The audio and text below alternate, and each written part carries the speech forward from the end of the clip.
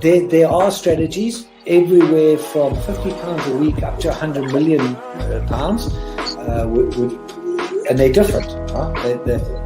They range differently from everyone, but and from country to country. To be fair, different countries have different tax laws, so different vehicles.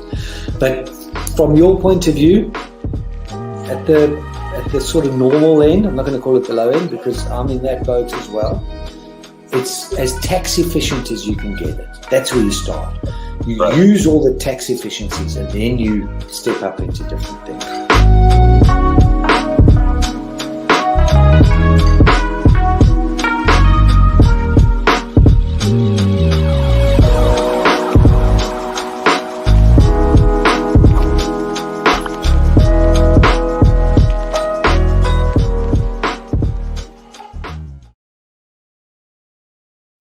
Hi guys, welcome back to the show. It is in fact the final few minutes of this show, but don't worry because I still have a little bit of time left to share my thoughts, share my opinions with you, but also to make sure that you are always informed and updated about the very latest that happens in the world. All right. Now, make sure to text me or call me on 078-52-473-473 to actually share your thoughts and opinions with me so that you can be aware about everything that's going on in the world, but also you're letting us know what you think about everything that is happening in the world. All right, so make sure to text me or call me on 078-52-473-473. And while you're at it, you can also make sure that you make sure that you let us know what you're thinking by liking us on Facebook and following us on Instagram, Twitter, and TikTok. All right. Now you can also subscribe to our YouTube channel because that is absolutely free of charge as well. And you can always make sure you're listening to the conversation, you're keeping yourself updated,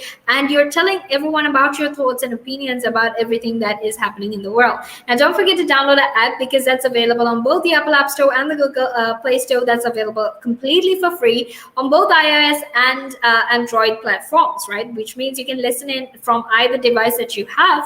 And if you have both devices, well, that's all the better, all right? So make sure to do that, all right? Now let's actually head into a conversation because we were talking about, this crisis in Afghanistan, about how the United Kingdom is planning to have offshore settlement schemes for people who for Afghan refugees, and also, the freedom that journalists have actually want to come to the United Kingdom, especially because, they were a crucial part of us getting information in the past 20 years with regard to everything that was happening in Afghanistan. All right. So it's important to keep that in mind as well. Okay, now let's actually head into our conversation. Now, I want to very quickly talk about this resettlement scheme that is going to be basically that's going to happen offshore for these Afghan refugees, right?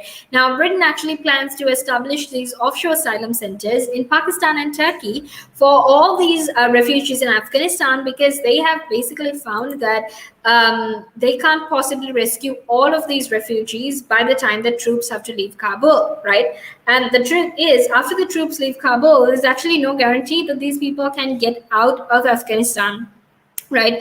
Because after the troops leave Kabul, the airport is going to be controlled by the Taliban as well, which means that people might not have that exact same passage that they had to come to, the Afghanistan airport the same way before the withdrawal of troops, right? So it's important to keep that in mind. And the truth is, because all of these uncertainties actually exist, they basically want all of these countries that are neighboring Afghanistan, like Pakistan, like Turkey, to take in as many refugees as possible, with the promise that the United Kingdom will actually rehabilitate all of these refugees once they have gotten all of these refugees out of Afghanistan. All right. Now that is what is happening in Afghanistan. All right. And we're also going to be talking about, the media freedom. We're going to be talking about, journalists and how exactly they pleaded and finally won their way to come back to the United Kingdom after, providing us with information for the past 20 years. All right, so make sure to stay tuned because now we're going to head into a small break, and after that we will be back to discuss this further. So until then, make sure you stay tuned.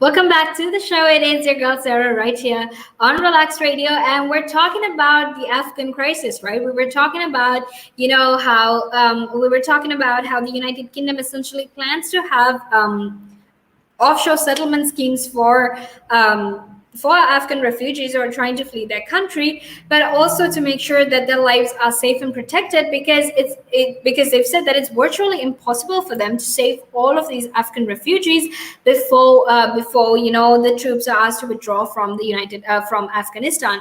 All right, because the truth is, even those troops have a limited amount of time. They can't possibly rescue all of these refugees.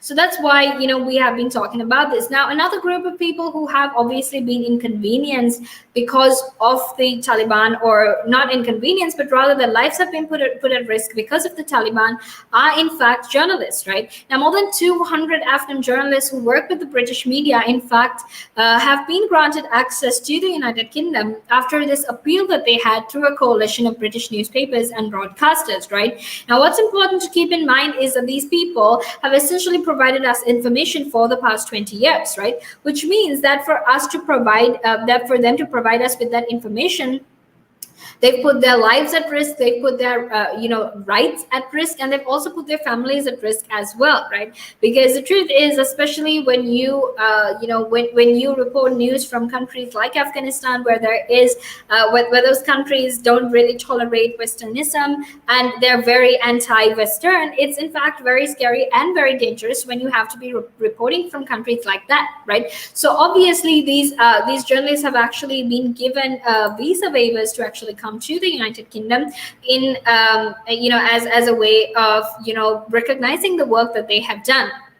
All right, because Dominic Raab, who's the foreign secretary, actually has agreed to issue visa waivers for the group after officials said that the government recognized the risks that they took in their pursuit of providing us with information. Right now, the group will actually be allowed to